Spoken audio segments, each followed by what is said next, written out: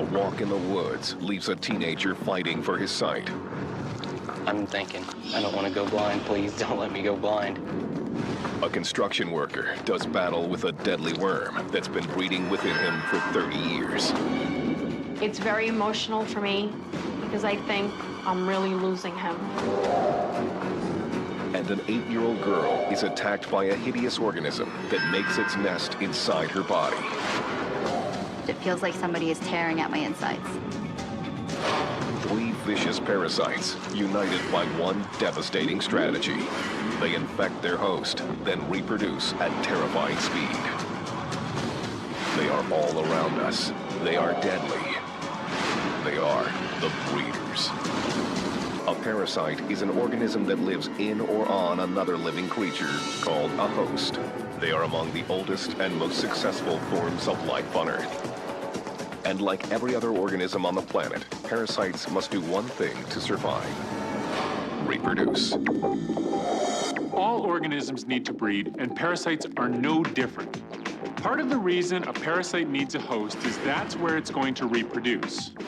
A host provides food and shelter for the growing parasite, but when the breeders take over a host's body, the host can die. Not all parasites are deadly, but many can cause permanent damage, and they can infect their host in the simplest of ways, as a teenage boy is about to discover.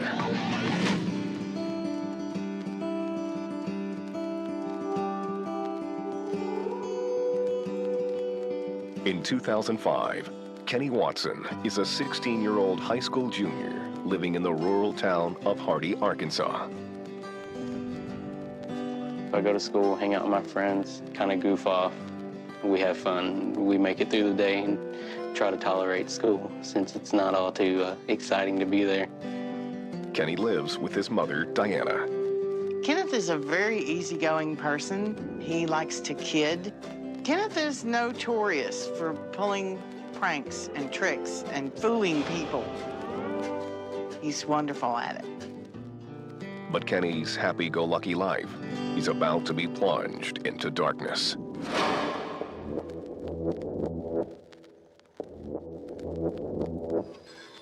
One Monday morning in late fall, Diana heads to Kenny's room to get him up and ready for school. It's a pretty normal day, and Mom comes in, she's waking me up. But as soon as Kenny opens his eyes, he notices something is wrong. I'm waking up and looking around. I'm noticing I'm not seeing anything.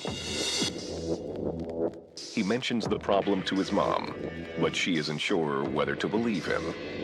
Kenneth is famous for faking.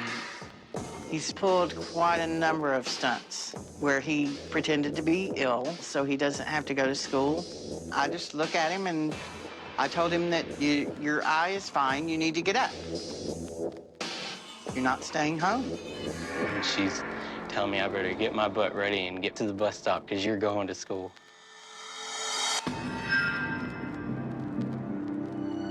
The bus stop is only a half mile from the house. But as soon as Kenny sets out, he starts having trouble. I still can't see much at all, actually. It's pretty rocky, so I'm tripping over myself. As I get to the end of the road, I'm just sitting there waving my hand in front of my face. I can't even see my own hand. And that's when I started to get scared.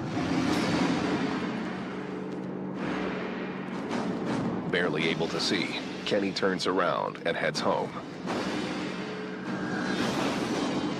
When he gets there, his mother is not happy to see him. I am totally aggravated at this point. I asked him, "What are you doing? Why aren't you waiting for the bus?" But it quickly becomes clear that something is very wrong with her son. I'm talking to my mom, and I don't even know if I'm looking at her face. All I can see is, a big black dot blocking everything. I'm thinking, I don't want to go blind. Please don't let me go blind. And I start crying like a baby. I think that's when she starts to believe me. he's crying. He's in tears, and my son just does not cry unless something is terribly wrong. I think to myself, okay, maybe he's not faking.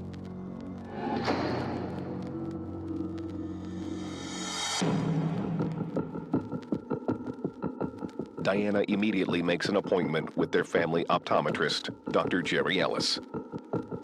1 hour later, Kenny is in his exam room. Shining lights in my eye, and he's asking me to follow his finger. I can't see his finger. When I hear that he can't see anything waving in front of his eyes, that's when I get very concerned about him. When I look in the back of his eyes, I see something I've never seen before.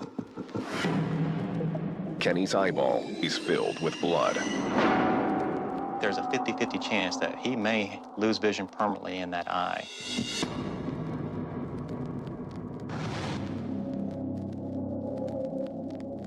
I'm waiting, and I'm scared. I don't know what's wrong with my son. Dr. Ellis goes to break the news to Kenny and his mother. The doctor comes in. He seems concerned, and there's an air of urgency about him. When he tells me that my eye's bleeding, that's when I start to get scared even more.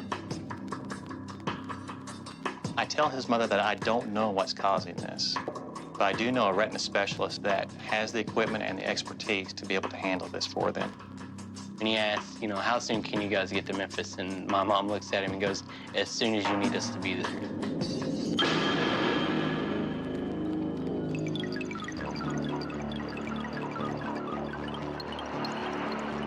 Diana and Kenny rush to the retina specialist, but it may be too late to save Kenny's sight. Memphis is 150 miles away. We have to go there today, right now. It's frantic, it's frightening, it's scary, and we're trying to hurry. Normally it's a 3-hour drive. We make it in 2. This has easily been the craziest day of my life. And at this point, I'm pretty much braced for the worst to come.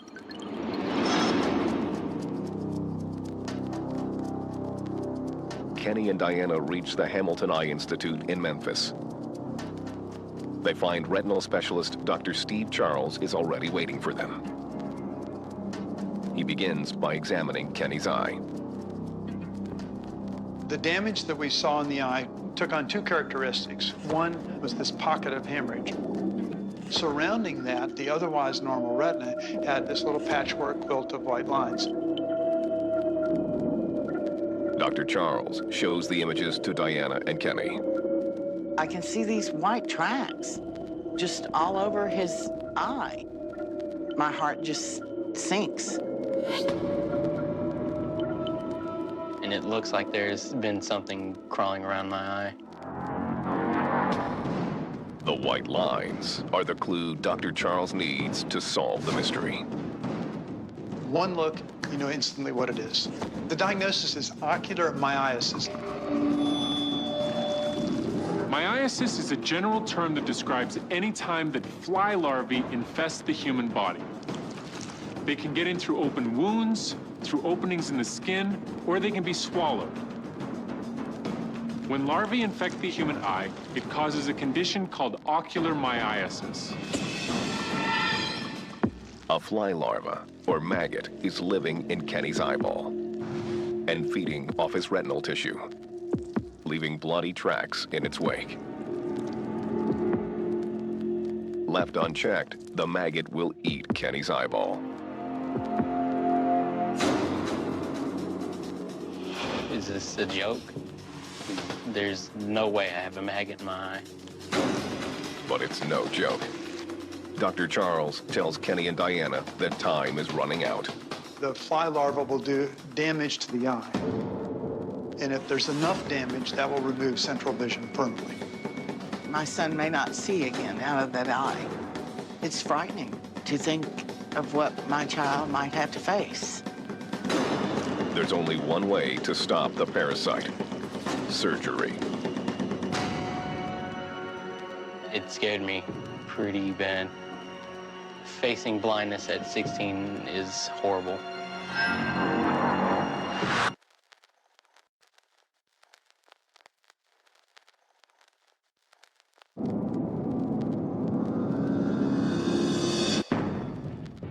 16-year-old Kenny Watson has a live maggot in his eye. It has started to eat away at his retina. If doctors don't act fast, it will destroy his eye. There's only one way to stop the parasite: surgery. At this point, I'm pretty much braced for the worst to come.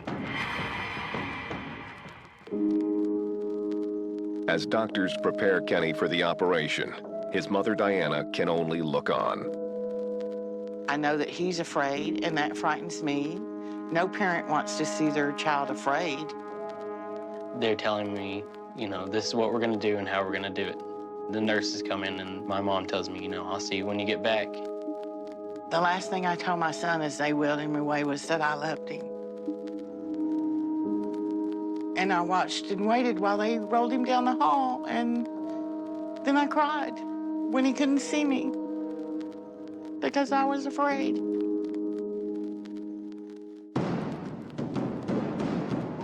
But in the OR, Dr. Charles is struggling to locate the maggot that is eating away at Kenny's retina.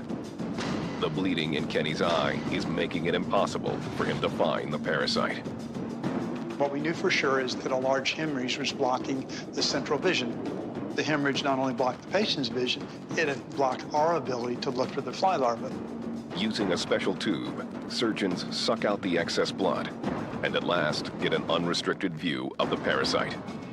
The parasite is extremely small, about the size of a large water droplet. Dr. Charles removes the maggot.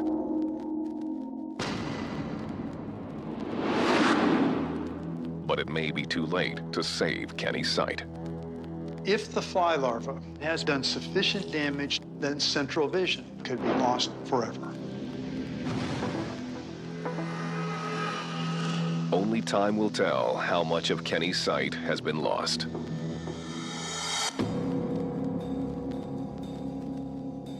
In the recovery room, Kenny begins to come around. I wake up and I'm back in the room looking at my mom. It just seemed like a stark reality to see him laying there, pale and bandaged. I'm starting to think, maybe I'll never see again. Maybe my blindness is permanent. And that's definitely scary. While they wait to find out how bad the damage is, doctors turn their attention to how the maggot got into Kenny's eye in the first place. Their investigation begins with the fly. Adult flies normally lay their eggs in the flesh of a dead animal. The eggs hatch into maggots, which feed on rotting flesh. The maggots then burrow into the soil. 2 weeks later, they emerge as adult flies, ready to breed. So the doctors ask Kenny if he has come into contact with any flies recently. And then it dawns on me. 2 weeks ago, I remember walking to school and it was a nice day out. Boom. Fly in my eye. Dr. Charles thinks that as Kenny removed the fly, it laid an egg. And this is what grew into the larvae that began to eat away at his eye. Ultimately, the inside of a human eye is a dead end for a fly maggot, but it doesn't know that, so it's going to feed and grow until it dies. Maggots have also been known to invade the human ear, and from there travel to the brain, where they feed on brain tissue. If this happens, the consequences can be fatal. But in the U.S., maggots rarely make their home inside a living person. Once inside a host, many parasites don't just reproduce, they reproduce quickly and in huge numbers. And when parasites use the human body as their breeding ground, the results can be devastating.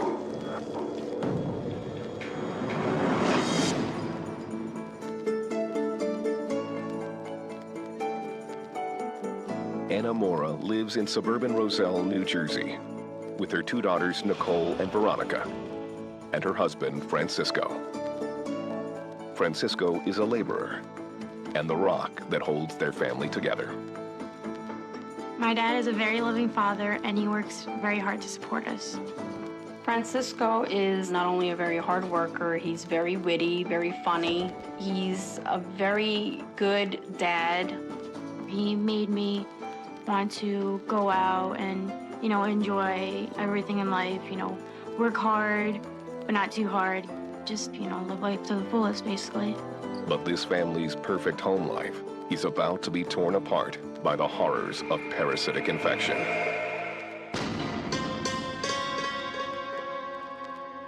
April 2006. Anna comes home from work to find Francisco collapsed on the couch. He does look a bit tired, a bit drained, and I ask him what is wrong. Francisco tells Anna that he hasn't been feeling well at work. He says, well, I'm having these lower back pains and cramps down his leg. This is not like Francisco. He's never complained about any sort of pain. I know it's sharp pain down the legs. Maybe it's a pinched nerve. I start to think, well, maybe he should be seeing a chiropractor. Anna makes an appointment for Francisco to see a chiropractor to examine his back. The chiropractor believes that Francisco's spine is not aligned. He does do the massages and a variation of different exercises. But after several months of treatment, the pain is no better. In fact, it's gotten worse. I'm confused, being he's going to a chiropractor for such a long time. There should be some results. I really want to know what is going on in his lower back. The chiropractor sends Francisco for a CT scan. When the results come back, they reveal something no one had expected. His spine is aligned properly. However, there is a dark spot showing around his pelvic area, roughly the size of a grapefruit. He's thinking the worst. He's thinking it's cancer.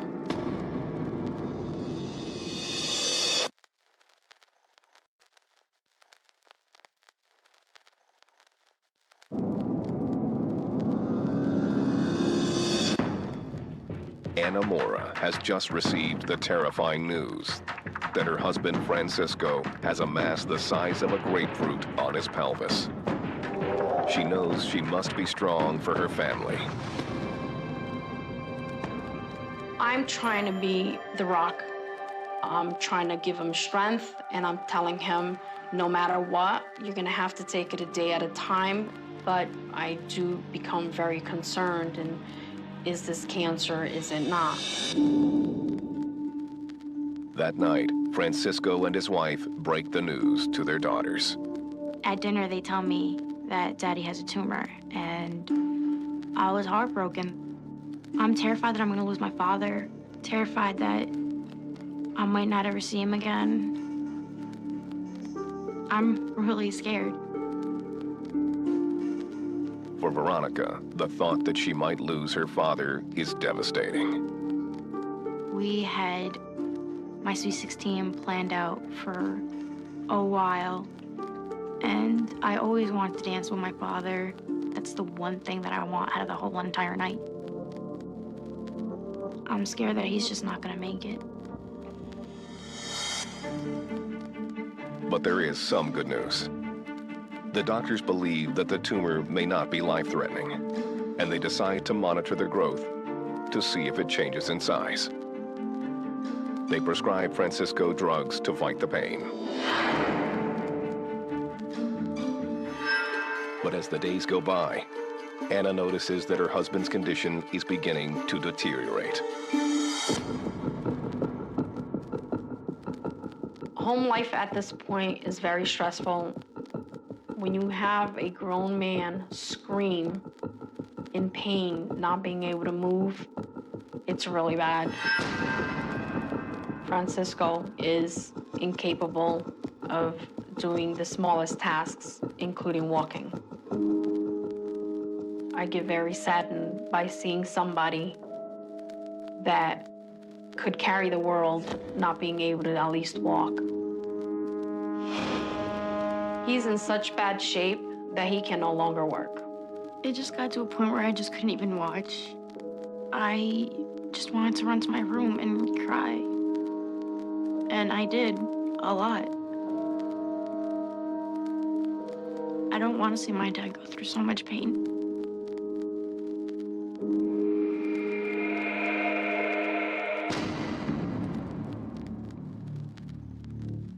One day, Anna is at work when the phone rings. Francisco calls me at work. I said, "What's wrong?" He said, "I can't even go to the bathroom." Alarmed by this new symptom, Anna rushes home to her husband.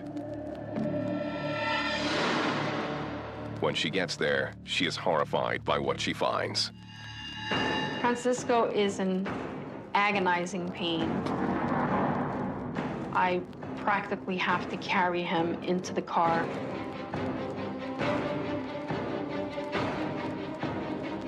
I just try to keep my tears back so he doesn't see the pain that I'm going through. At the hospital, doctors insert a catheter to relieve Francisco's bladder. But the pain in his back continues to get worse. It's heart-wrenching for me to have to see him go through that much pain. The doctors give Francisco morphine for the pain, but it's not enough. He's in such pain that morphine was not working. The doctors conclude that Francisco's tumor must be growing and blocking his bladder. The only way to relieve the pain is to surgically remove the tumor. He is very scared. He is very nervous. I turned to him, I said, "You're gonna wake up, and I'll be here." And now, inside the monster. Throughout his career, how many patients has retinal specialist Dr. Steve Charles treated with a maggot in their eye? A1, B20, C100, D200.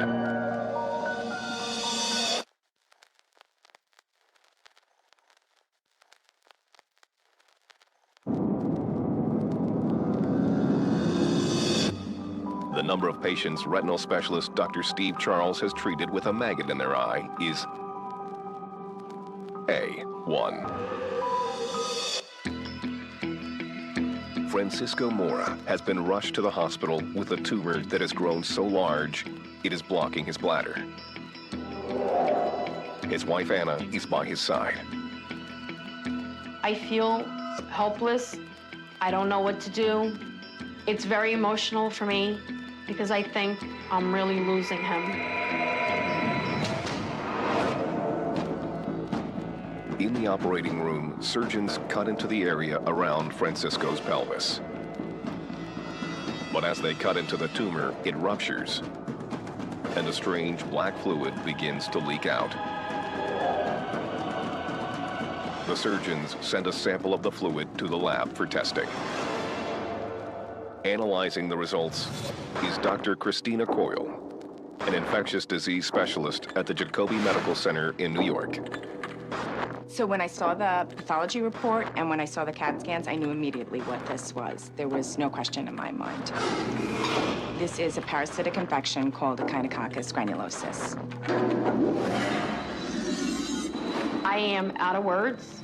I am confused. I am shell-shocked. What do you mean it's not a tumor? It's a parasite? Echinococcus granulosus is a parasitic tapeworm. When it gets inside a human host, the parasite forms a cyst in the body's organs. The parasite breeds inside the cyst, causing it to swell. This massive cyst, called a hydatid cyst, causes a lot of problems for the host. As it grows, it presses against organs and nerves, causing severe pain. But if this cyst ruptures and spills its contents into the body, the host can be poisoned and even die. Inside Francisco's body, the parasitic cyst has attached itself to the pelvic bone, making it almost impossible for the surgeons to remove it. The only way to really cure him is to remove the bone, and in his case, that would cause paralysis. So Dr. Coyle prescribes a course of antiparasitic drugs that she hopes will kill the parasite and fight the toxins from the ruptured cyst. While Anna and Francisco wait to see whether the medication will work, they're left with another burning question. How did the parasite get inside Francisco in the first place? The adult tapeworm lives in the small intestines of a dog. There, it lays eggs, which are passed out with the dog's feces. If another animal, like a sheep, ingests the eggs, they enter the sheep's intestines or circulatory system and form cysts. When the sheep dies and is eaten by another dog, the dog becomes host to a new generation of tapeworms. But if a human ingests food or water that is tainted by dog feces contaminated with the parasite, then they can become infected. When Anna tells the doctors that Francisco grew up in rural Portugal, they know exactly how he contracted the parasite. The doctor tells us that it's believed that Francisco got the parasite when he was a very little boy. Either he drank or he ate something contaminated with animal feces. He's probably had this parasite for about 25, 30 years, since childhood. Fortunately for Francisco, the drugs have started to work. They have successfully shrunk down the cyst, relieving some of the pressure he was feeling. Francisco is on the road to recovery, but Anna knows he must work hard if he ever wants to walk again. He starts to go to do physical therapy to regain his strength and his muscle in his leg. Even though part of this parasite is still living inside him, I do see Came very close to losing my father. I'm proud of him for the fact that he hung in there and he's stronger than this parasite.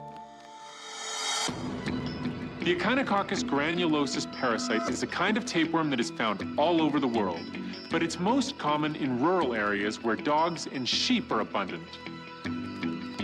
Only 1,000 cases have ever been reported in the United States. To avoid contracting Echinococcus granulosus, travelers to rural Europe should make sure to maintain proper hygiene, washing their hands regularly and avoiding unwashed food. While Echinococcus infection is uncommon, other parasites are much harder to avoid.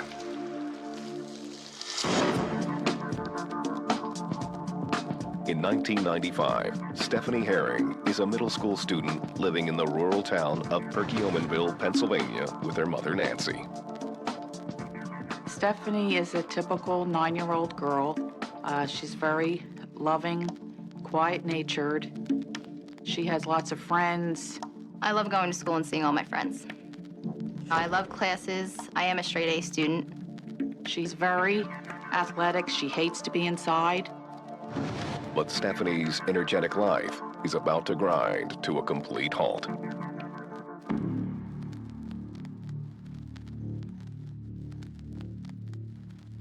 One morning, Nancy is driving Stephanie to school when her daughter begins to feel unwell. My stomach really hurts. It's very painful. I feel like I want to throw up, but it's not like your normal stomach pain like when you have the stomach flu. I know something's just not right about it. It feels like someone is pulling at my insides. Little does Stephanie know that she's already locked in a battle with a deadly parasitic invader.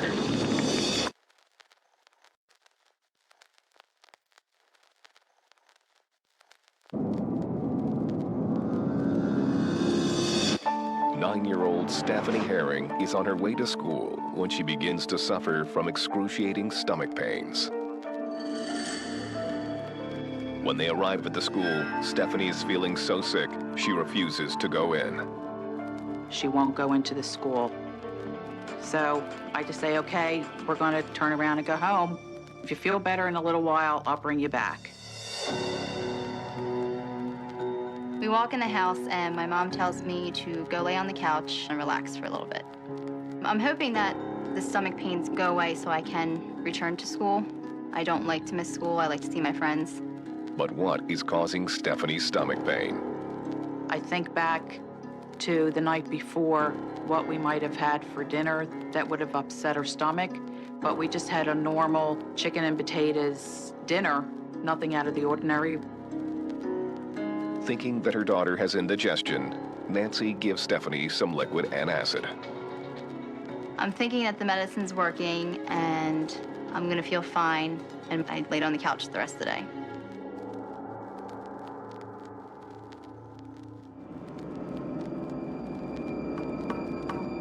Three days later, Stephanie is back at school and in the cafeteria sitting down for lunch.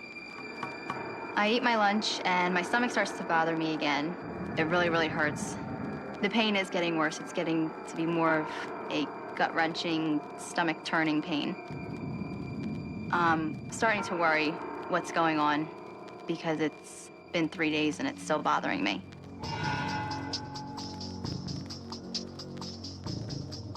I get a phone call from school. It's the school nurse letting me know that Stephanie's in her office. She's crying that her stomach really hurts. But what is behind Stephanie's stomach aches is a mystery. She has no fever, no headache, no diarrhea, and I am just totally bewildered. I can't figure out rhyme or reason why her stomach keeps bothering her. Once again, Nancy pulls Stephanie out of school.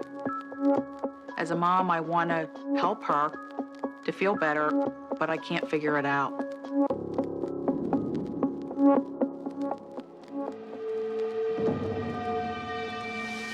And after 2 weeks, Stephanie is in so much pain, she can't even get out of bed. The pain is getting so unbearable. I don't want to get out of bed at this point. I just want to lay there and cry. This is where I realize that something is definitely wrong. But her mother, Nancy, still hopes that Stephanie is just suffering from a stomach bug. She begs me, please, Mommy, can you please take me to the doctor? I call the pediatrician and make the appointment, but in my head, I'm thinking I'll go to the doctor and she'll tell me that Stephanie's fine. At the pediatrician's office, Stephanie begins to recount her symptoms. I described to the doctor that it feels like somebody's tearing apart my insides. I don't even want to get out of bed. I don't want to eat. I'm afraid if I eat, my stomach's going to hurt even worse. The doctor performs a physical exam, but finds nothing wrong with Stephanie. To me, I know something's wrong on the inside. I can feel it. The doctor tells me to just keep giving her the antacid, keeping her on the bland diet, and see if it just goes away. The doctor told my mom that everything's fine. But as a precaution, the doctor runs a series of tests on Stephanie's stool and urine samples. So my mother takes me back home.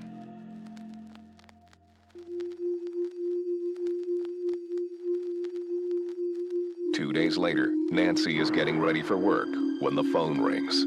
I get a phone call from the pediatrician's office that they had found something in the stool sample that I have to bring Stephanie back in. When someone tells you that they have found something in your child's body, your mind just plays games with you. I'm thinking the worst. I'm thinking my daughter has cancer. The doctor calls and asks us to return to the office, which really scares me because I've never heard of anybody getting a phone call from the doctor saying, come back, and it being good.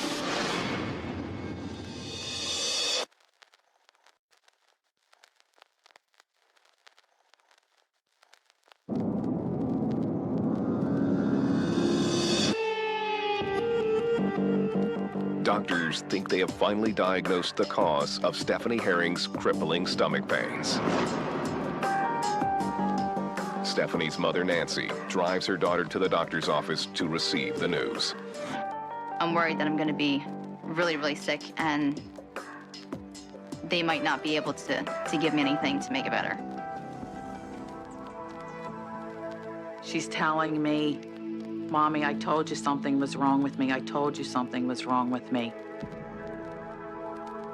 I really am feeling that I'm a horrible mother for not listening to my child when she says she's not feeling well.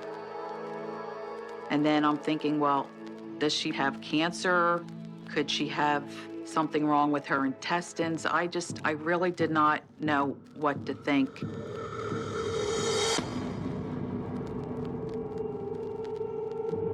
At the doctor's office, Stephanie and Nancy wait anxiously for the results. I am scared about what the doctor's going to say. The doctor comes in the office, looks at us, and says, I know what's making her sick. The doctor tells us that I have Giardia. And I was just totally taken back. I was like, well, what is that? Giardia is a protozoan parasite that causes a painful disease called giardiasis. Giardiasis is an infection of the small intestine that's caused by a microorganism called Giardia lamblia. When the Giardia parasite enters the small intestine, it gorges itself on the body's nutrients. The body sends immune cells to fight the parasite, causing painful cramps. But the parasite evades the body's defenses by transforming into an impenetrable cyst. Protected from the host's immune system, the parasite breeds rapidly, eventually colonizing the host's entire intestinal tract. The problem with Giardia is that most people don't even realize they have it. It's usually misdiagnosed as irritable bowel syndrome. And without an accurate diagnosis and the appropriate medication, Giardia can run rampant in the intestines. If this parasite goes unchecked, it can cause enough diarrhea to severely dehydrate the host. And for young children and the elderly, severe dehydration can be deadly. When she learns that she has been harboring a parasite, Stephanie is stunned. You're telling me I have something living inside of me? I'm just totally blown away by it. Never in a million years would I have thought that she would have had a parasite. This is turning out to be a nightmare. I'm amazed, I'm confused, I'm disgusted, wondering what's gonna happen to me. Is this something that I have to deal with for the rest of my life? Giardia is particularly dangerous when it infects young children. The doctor prescribes a course of drugs to kill the parasite. While they wait for the drugs to take effect, the doctors must figure out how and where Stephanie contracted the parasite. Giardia begins as a cyst living in fresh water, where it is ingested by a small mammal, such as a beaver. In the beaver's intestines, the parasite emerges from the cyst and reproduces, laying thousands of eggs that are passed back out into the water in cyst form. When these cysts are ingested by a new host, the cycle of parasitic infection continues. Because Giardia are able to reproduce so quickly, it only takes a few cysts to create a population of thousands. It's this reproductive strategy that makes Giardia such an effective breeder and one of the most successful human parasites on the planet. Health officials question Nancy about where Stephanie could have become infected. They said she possibly could have gotten a hold of contaminated water, and they asked me where Stephanie has been around water lately. And right away, Stephanie thinks she might have an answer. The only place that I can think of where I would have picked it up would be the creek behind the baseball field. Me and a couple friends would go back to the creek and play in the water or try and catch fish with our bare hands. I am most definitely sure that that's where I got infected. The doctors agree that Stephanie probably contracted the Giardia parasite when she ingested contaminated water from a stream near her home.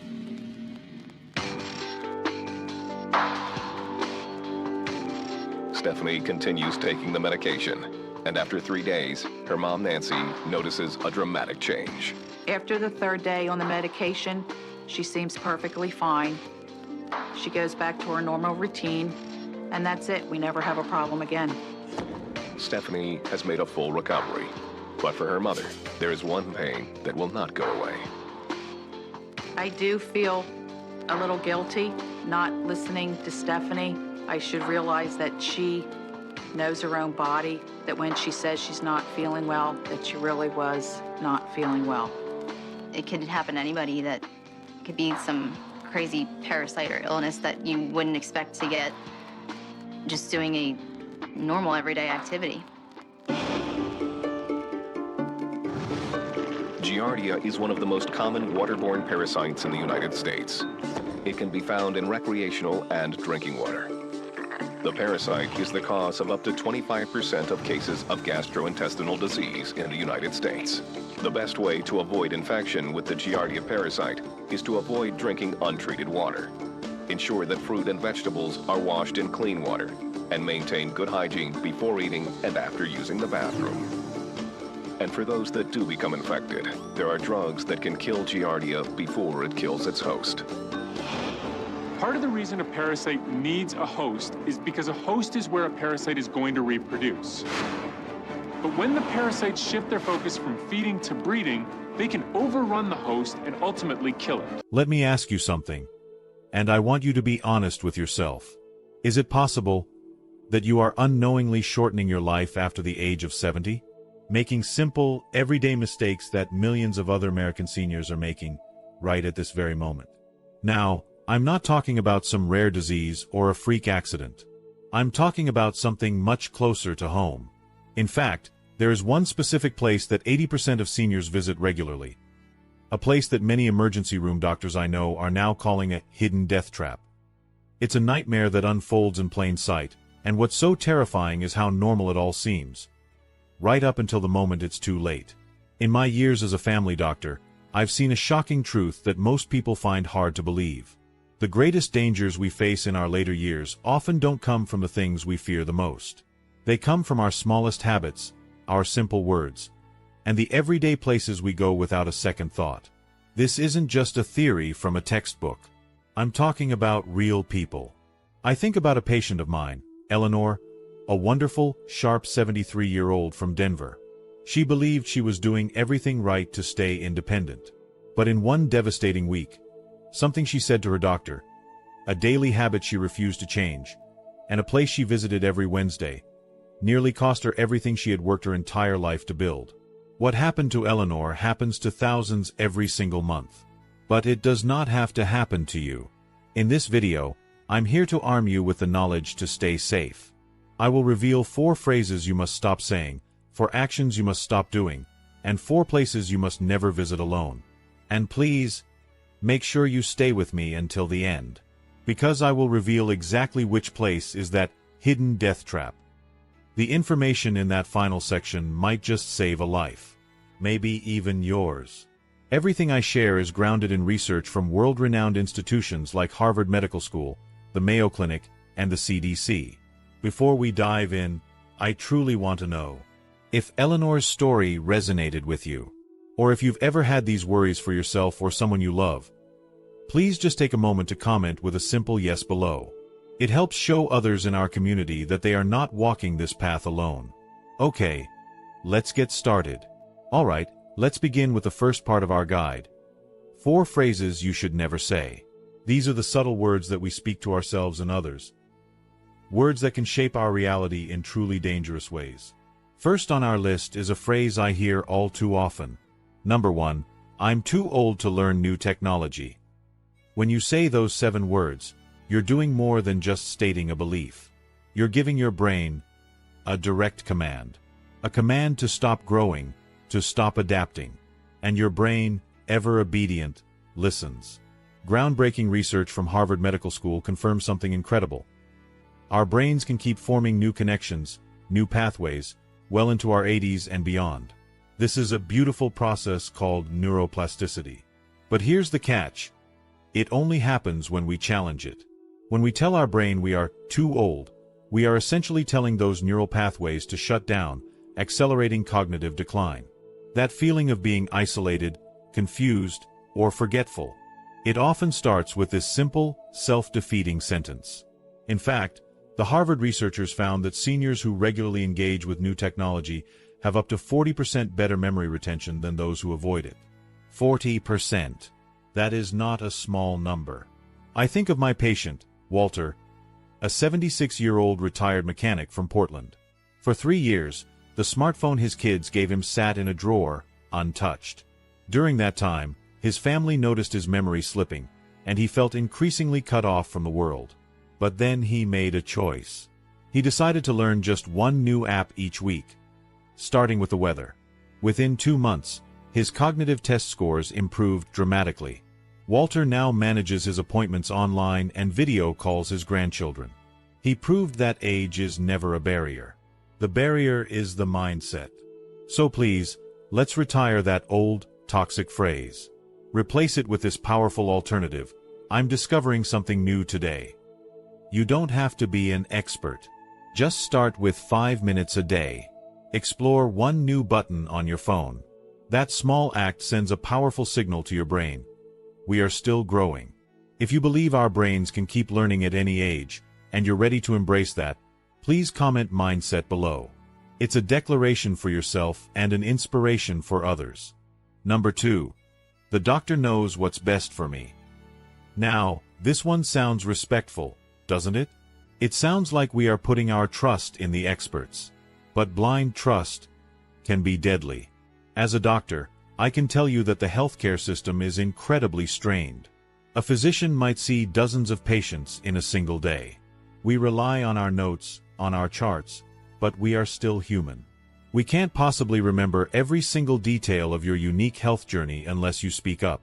When you stay silent, assuming the doctor knows everything, you give up your power. You become a passive passenger in your own healthcare. And this is where dangerous errors happen. The Mayo Clinic conducted sobering research on this very topic. Their studies revealed that seniors who never question their doctors experience 40% more dangerous drug interactions and undergo 60% more unnecessary procedures. Think about that. These are not minor issues. I'll never forget my patient, Arthur, a 74-year-old from Tampa. 4 months, he'd been feeling dizzy and tired, but he never brought it up. He figured, if it were important, the doctor would ask. It wasn't until his daughter convinced him to be more proactive that the truth came out. He learned to ask 3 specific questions at each visit, and his doctor quickly realized that a combination of 2 medications was causing all his symptoms. Arthur's energy returned in days, and he avoided a fall that could have easily ended his independence. So, from now on, you are the co-pilot of your health. Before you leave any doctor's office, you must have clear answers to these 3 questions. First, what exactly is this new prescription, and why do I need it? Second, what are the potential side effects I should watch for? And third, how will this interact with my current treatments? Write them down. Your life depends on it. This is so important. If you promise to ask at least one of these questions at your next doctor's visit, comment advocate. Number 3, I don't want to be a burden. Oh, how often I have heard these words. They are spoken from a place of love, of pride, of consideration for others. But I must tell you, with all the seriousness I can muster, this seemingly kind phrase is a death sentence in disguise. Here's the core truth. Refusing help when a problem is small creates a much, much bigger burden when that problem becomes a crisis. When you wait until you've fallen, or your finances are in ruins, or you're in the hospital, that is the real burden. Asking for a little help along the way is the opposite.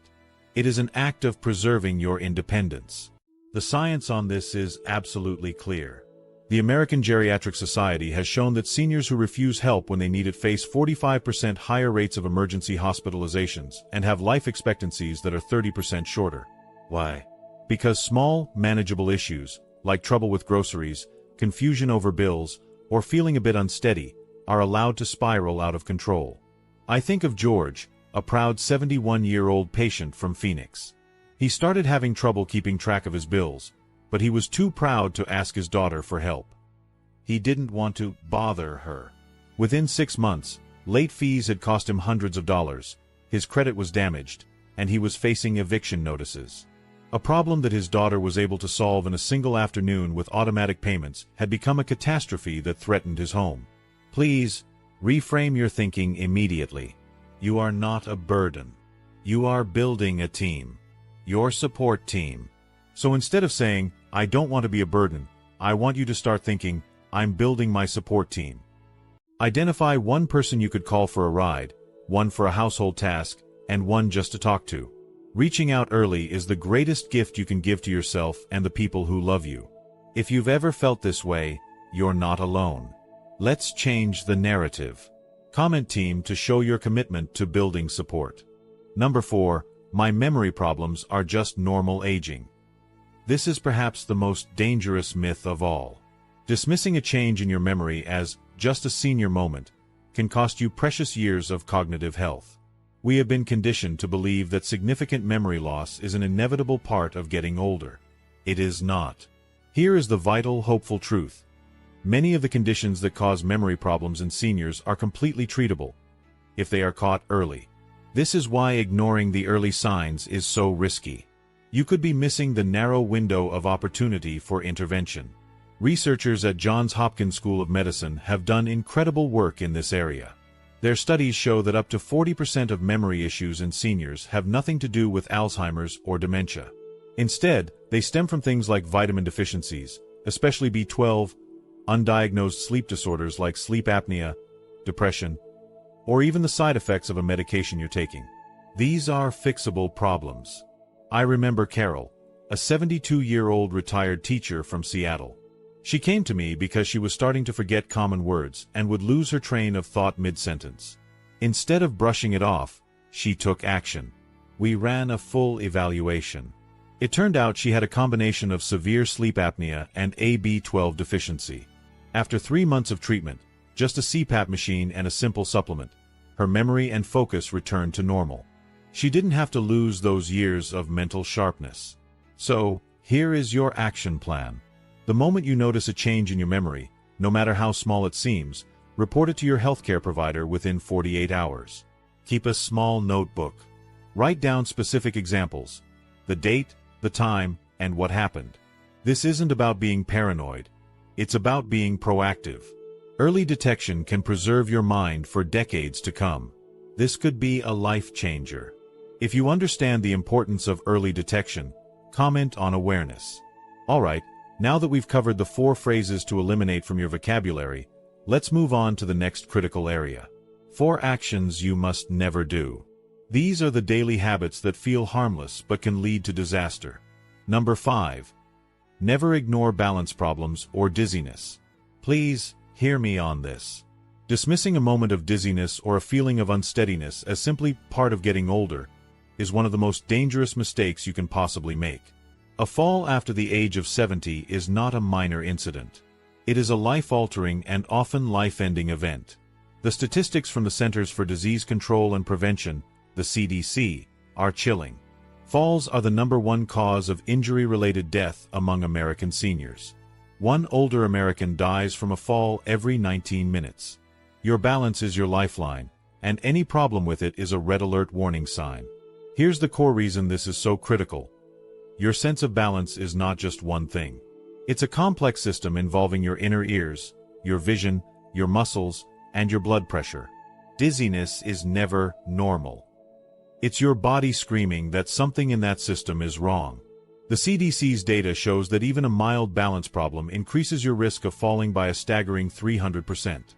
I think of Margaret, a lovely 69-year-old patient from Boston. She told me she felt a little woozy, sometimes when she stood up too fast. She waved it off. 3 weeks later, she fell in her bathroom and broke her wrist.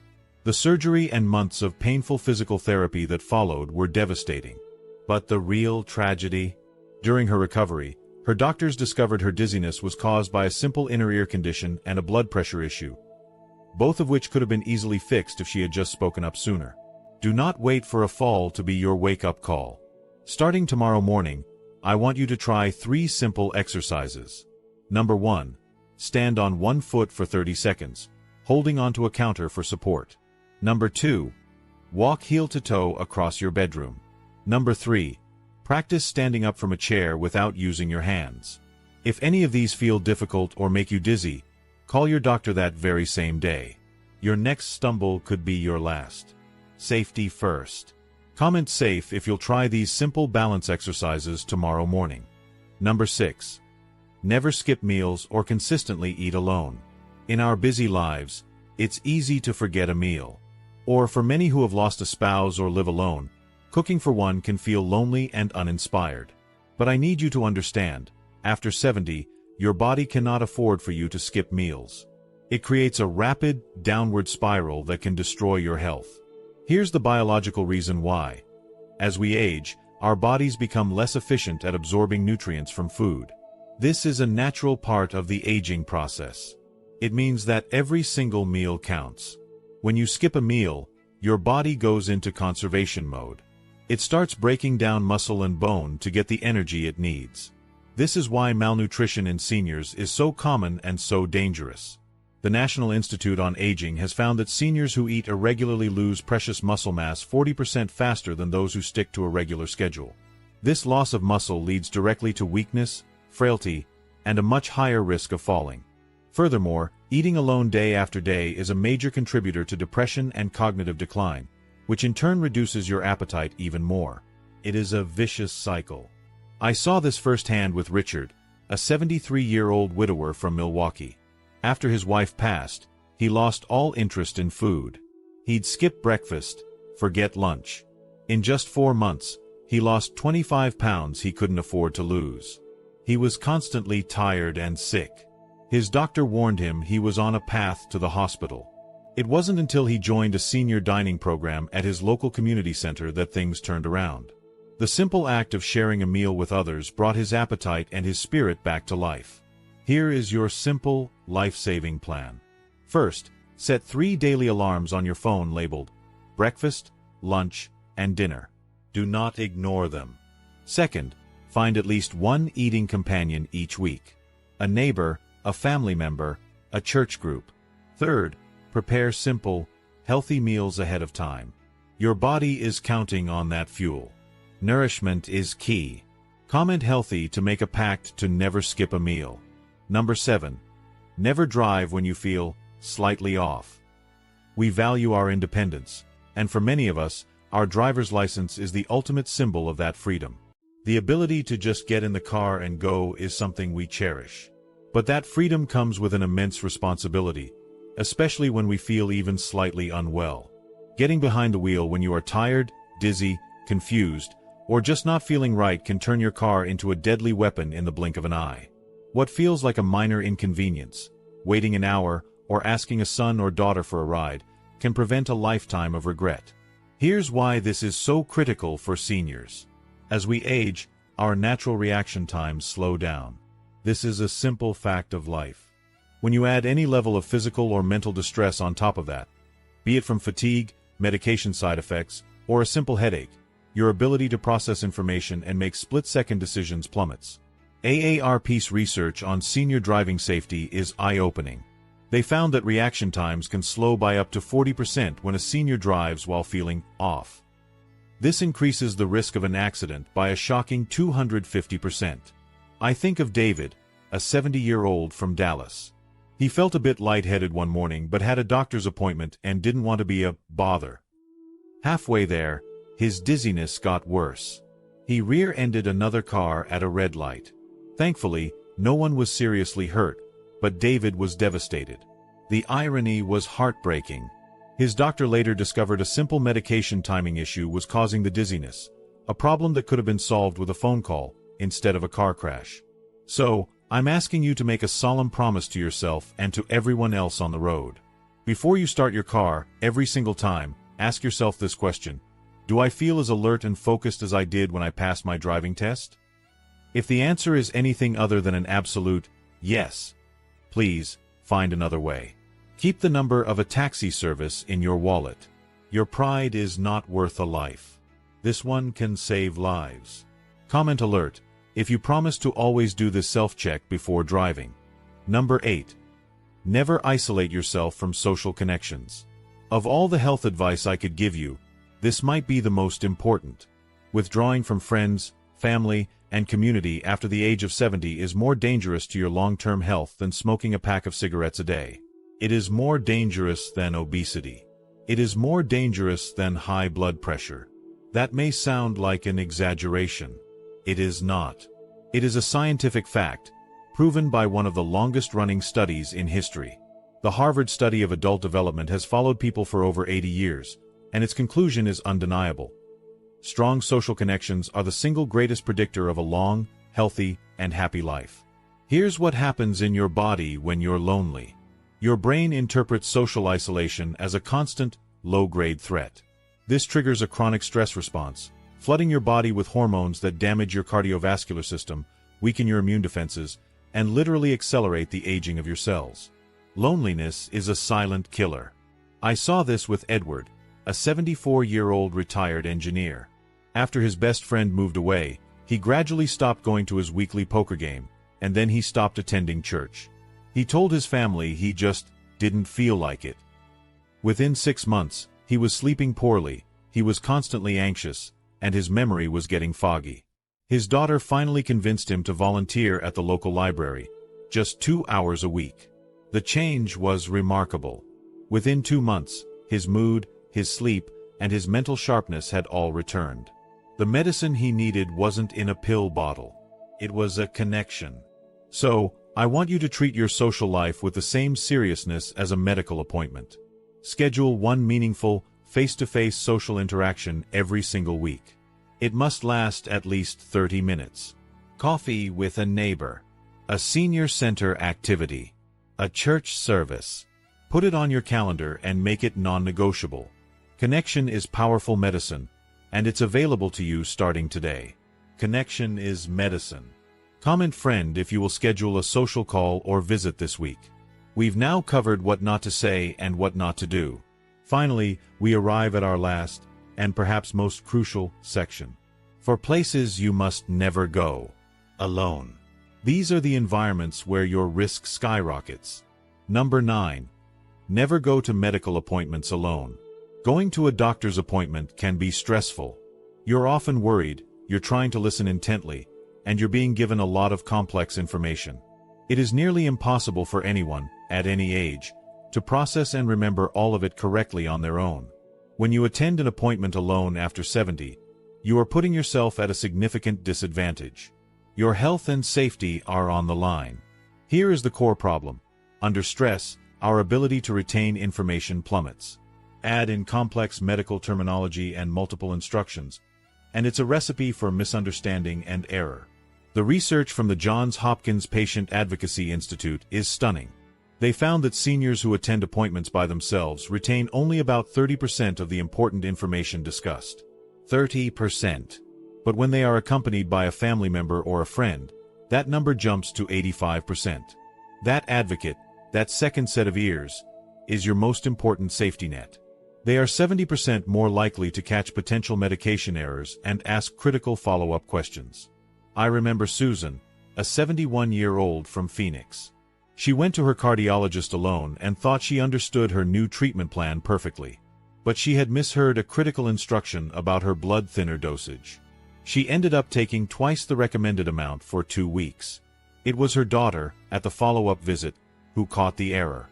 It was a mistake that could have easily caused a dangerous, life-threatening bleeding episode. Please, do not let this happen to you. From this day forward, bring a trusted family member or a friend to every single medical appointment.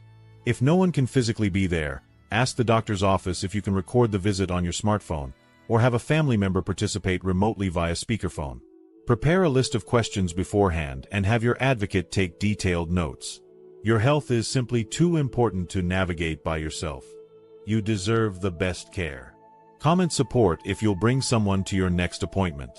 Number 10. Never go to unfamiliar places without a backup plan.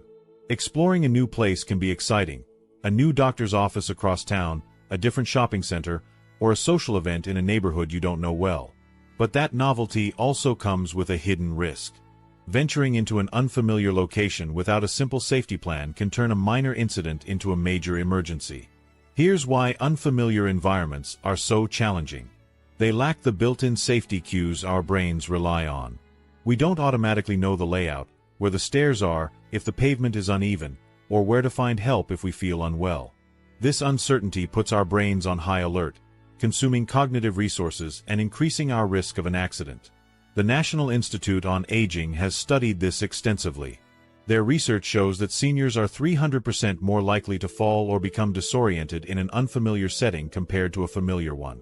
And even more frightening, if a health crisis does occur in an unknown location, seniors wait an average of 6 hours longer for help to arrive. Every minute counts in an emergency. I think about Michael, a 72-year-old from Denver. He drove to a new specialist's office across town and didn't tell anyone where he was going. During the appointment, he felt a sharp pain in his chest, but he was embarrassed and didn't mention it.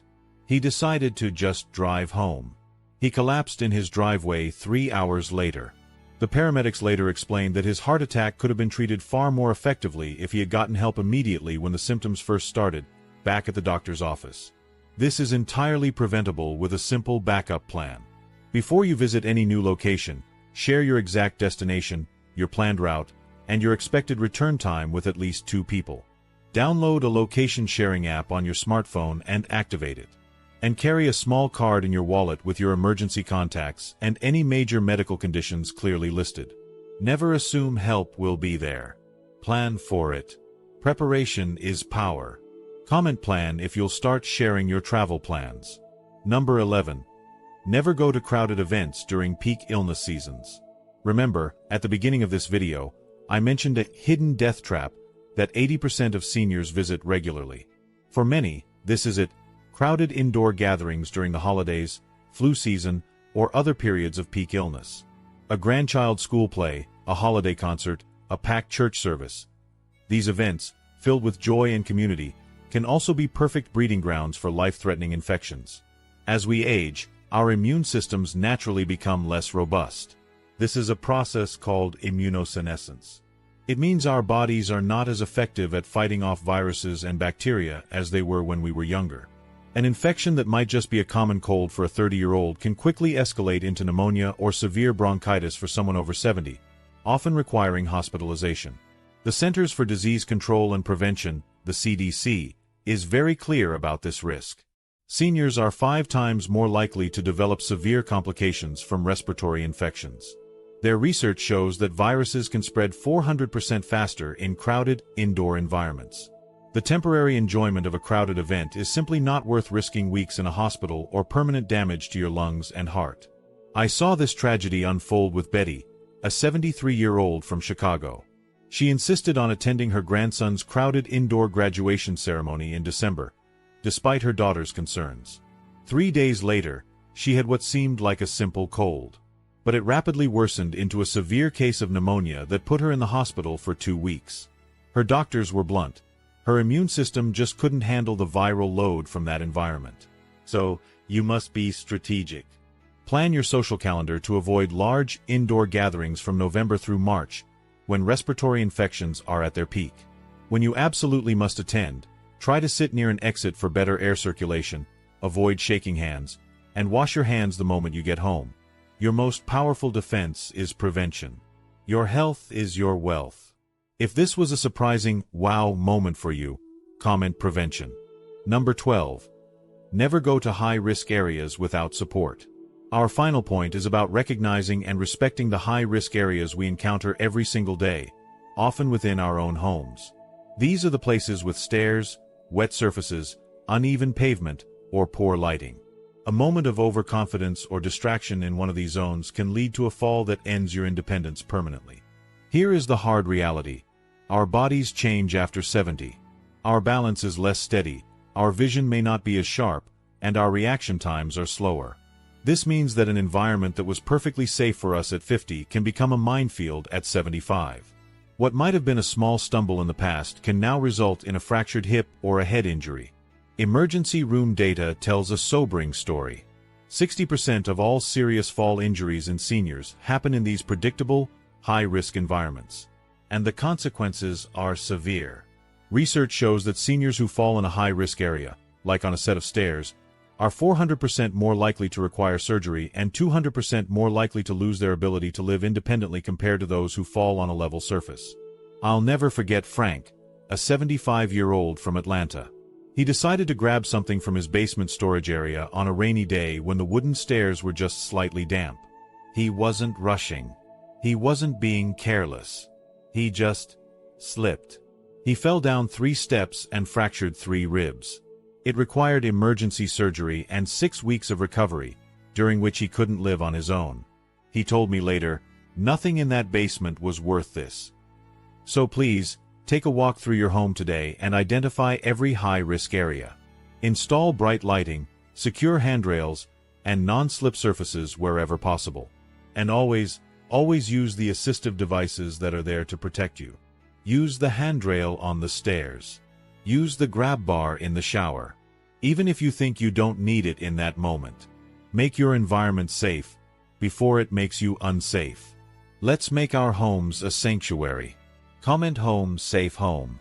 As we come to the end of our time together, I want you to think back to the stories we shared.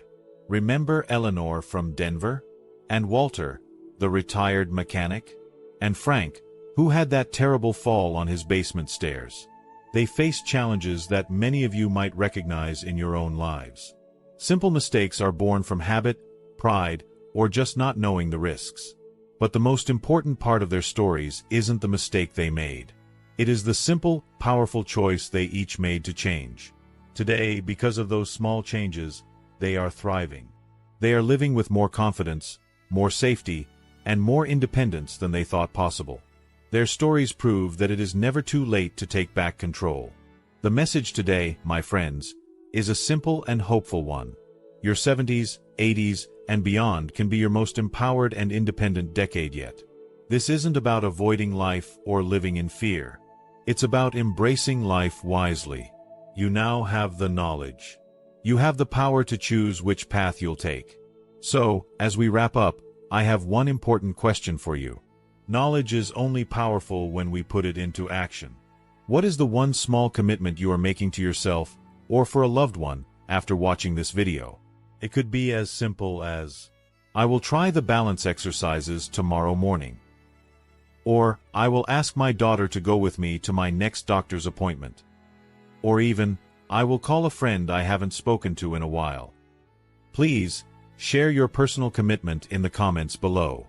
Your single sentence could be the spark of inspiration that someone else needs to see today. Let's fill that space with hope and action. And if you found real value and comfort in our time together, if this message mattered to you, please show your support by giving this video a like. To ensure you continue on this journey with us, and never miss another video full of life-changing wisdom, hit that subscribe button. It's more than just subscribing. It's joining a community of friends, all dedicated to living our best lives together. Finally, think of one person in your life who needs to hear this message today. A spouse, a sibling, a dear friend. Please, share it with them. That simple act of sharing, it might just change their life. Thank you for watching. Stay healthy, stay wise, and I'll see you in the next video.